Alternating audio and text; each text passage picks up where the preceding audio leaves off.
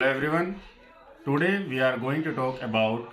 one-time age relaxation provided to guest teachers by Directorate of Education. आज आप और हम मिलकर चर्चा करने वाले हैं दिल्ली के डायरेक्टरेट ऑफ एजुकेशन के द्वारा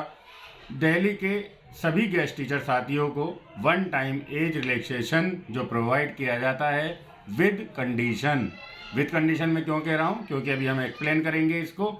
कि आखिर इस वन टाइम एज रिलैक्सेशन की सच्चाई क्या, हकीकत है, रियलिटी क्या है, ज़मीनी स्तर पर इसका गेस्ट टीचर्स को कितना लाभ प्राप्त होता है। चलिए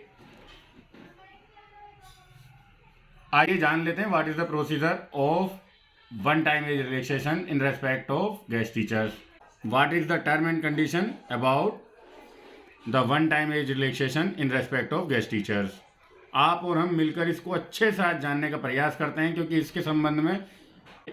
क्योंकि वन टाइम एज रिलैक्सेशन के संबंध में अधिकतर गेस्ट टीचर साथियों के मन में कंफ्यूजन बनी रहती है कि आखिर ये जो वन टाइम एज रिलैक्सेशन है, वन टाइम एज रिलैक्सेशन जो है ये अप टू 5 इयर्स तक प्रोवाइड किया जाता है, तो क्या 5 सालों में इसको हम कितनी भी बार ले सकते हैं? नहीं। अप टू, मैंने जो भी आपको बताया था कि ये वन टाइम एज रिलैक्सेशन जो गेस्ट टीचर्स को प्रोवाइड किया जाता है ये विद कंडीशन है, मतलब इस पर नियम और शर्तें लागू होती हैं डायरेक्टरेट ऑफ एजुकेशन की। वो नियम और शर्तें क्या हैं, जैसा कि नाम में ही आपको पता चल रहा होगा कि it is provided to only one times और only for one attempt to guest teachers to appear in DSSB exam.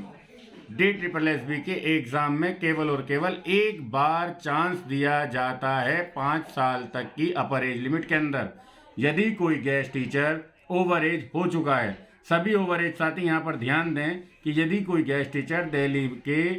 अंतर्गत आने वाले सरकारी स्कूल में यानी कि डायरेक्टरेट ऑफ एजुकेशन के स्कूलों में काम करते हुए ओवर एज हो गया है, अब उसको उसकी जर्नल कैटेगरी प्लस जिस कैटेगरी से भी वो बिलोंग करते हैं वहाँ तक की आयु सीमा के बाद एक एडिशनल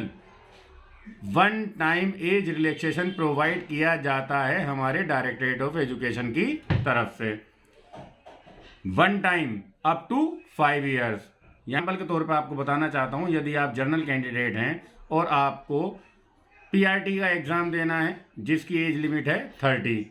और आपने 30 एज अपनी क्रॉस कर दी, तो अब यहाँ पर आपको 5 साल और यानी कि अगले 5 सालों में गेस्ट टीचर्स को एक चांस और दिया जाएगा DSSB की भर्ती में बैठने के लिए, मगर केवल और केवल एक बार। यही इसकी कंडीशन है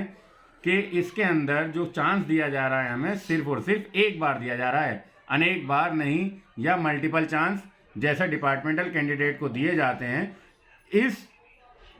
छूट के अंदर जो ये रिलैक्सेशन है गेस्ट टीचर्स के लिए, इसमें ऐसा कोई भी प्रावधान नहीं है कि गेस्ट टीचर्स दोबारा से इस छूट को 5 साल तक ले ले।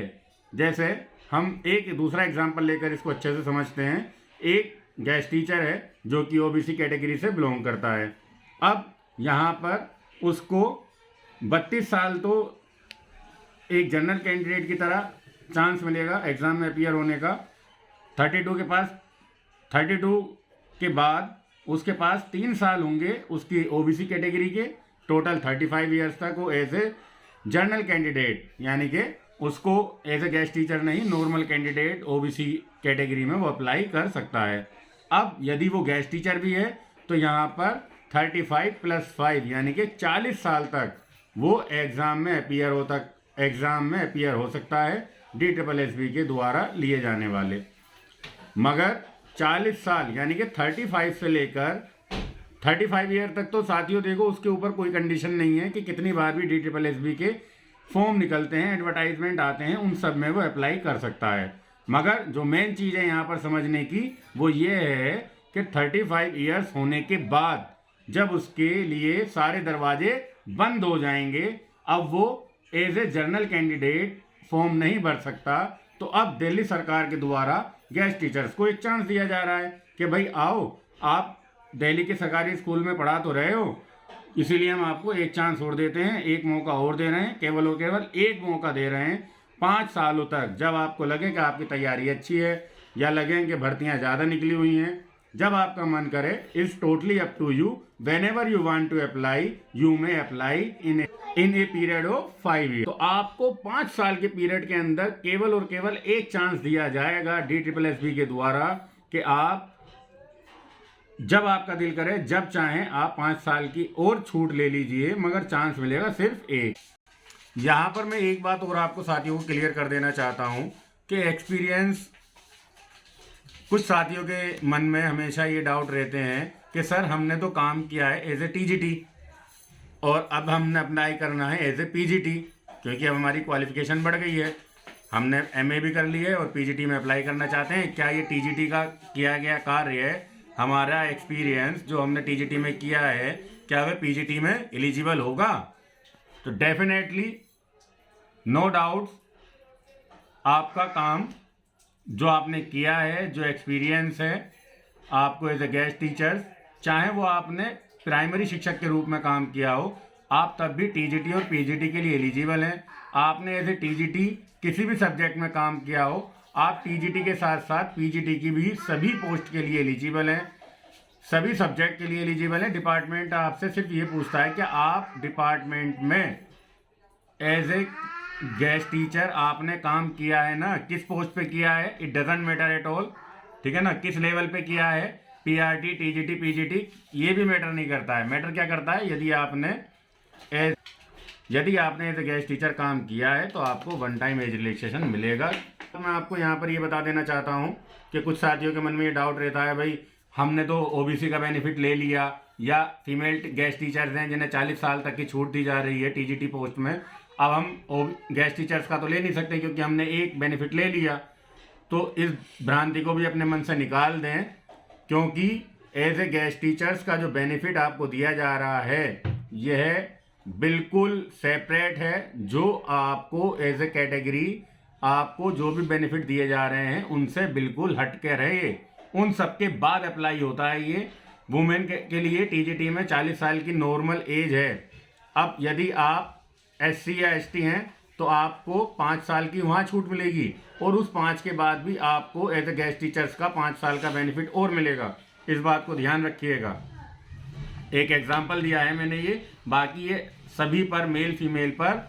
एक्स्ट्रा बेनिफिट है ये, इस बात को ध्यान रखिएगा। चीज़ मैं यहाँ पे आपको और बता देता हूँ, DOE के अन्य कर्मचारियों की तरह जो परमानेंट एम्प्लॉई हैं उनको DOE 5 साल प्रोवाइड करता है। DOE उनको 5 साल की अधिकतम आयु सीमा में, यानी कि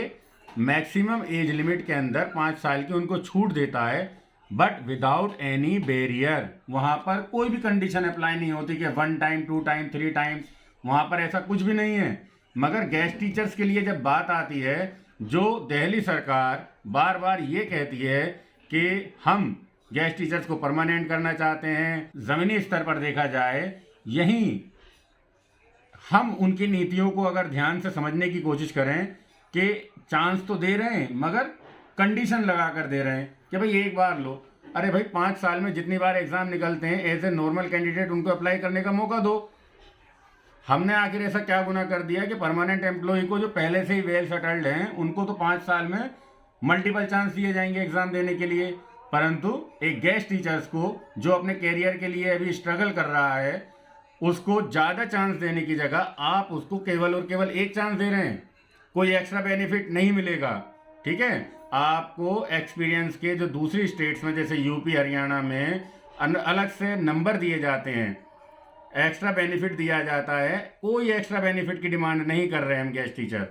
सिर्फ और सिर्फ मल्टीपल चांस के लिए डिमांड कर रहे हैं कि भाई जो ये आपने कंडीशन लगा दी है इस 1 टाइम एज रिलैक्सेशन रूल के ऊपर, इसको थोड़ा सा मॉडिफाई कर दीजिए, इसमें एक अमेंडमेंट कर दीजिए और 1 टाइम एज रिलैक्सेशन को हटाकर अप टू 5 इयर्स तक इसको कर दें विदाउट एनी कंडीशन। अगर मेरी आवाज़ ये सिसोदिया सर तक पहुंच रही है तो मैं हाथ जोड़ के अपने एजुकेशन मिनिस्टर सर से ये विनती करना चाहता हूं कि कृपया करके गेस्ट टीचर्स की इसमें बार बार कार्य कर रहे हैं मगर हालत हो रही है, उस पर थोड़ा तरस खाइए, 10-10 साल से हम गेस्ट टीचर दिल्ली के स्कूलों में कार्य कर रहे हैं, आप कम से कम कोई एक्स्ट्रा बेनिफिट नहीं दे सकते। तो ये जो कंडीशन इसके ऊपर अप्लाई कर दी है वन टाइम एज रिलैक्सेशन के ऊपर, इस पर थोड़ा सा सोच विचार कर लीजिए, आपकी बड़ी मेहरबानी होगी। और अपने गेस्ट टीचर साथियों को मैं यहाँ पर बताना चाहता हूँ कि इस वन टाइम एज रिलैक्सेशन के अंदर और भी कई सारी शर्तें हैं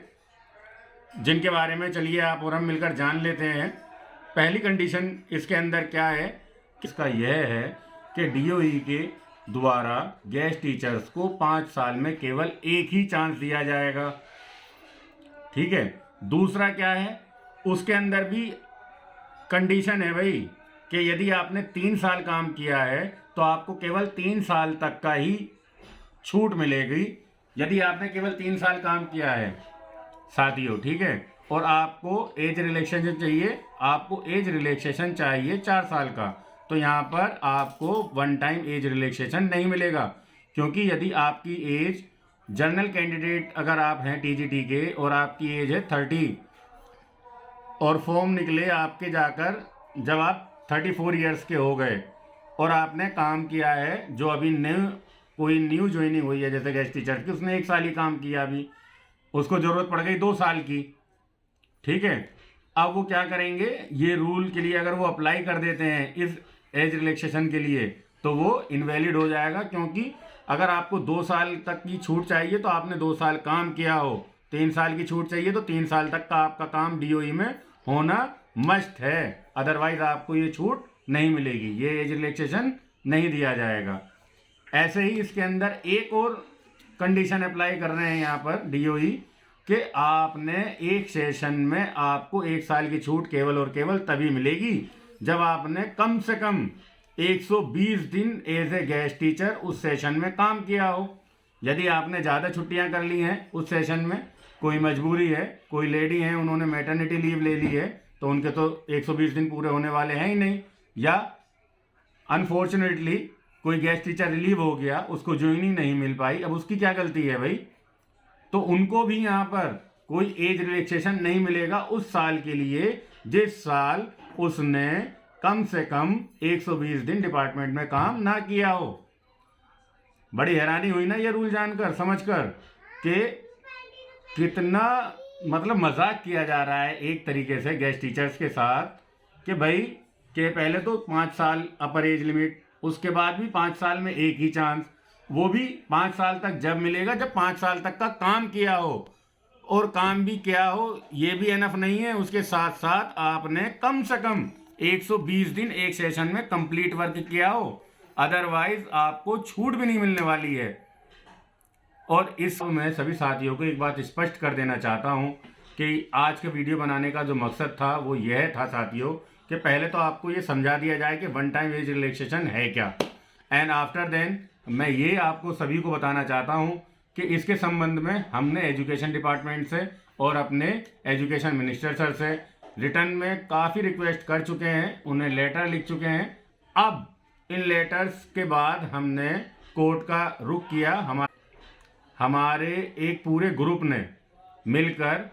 कैट में इसको चैलेंज किया। दुर्भाग्यपूर्ण वहाँ पर हम असफल हुए, परंतु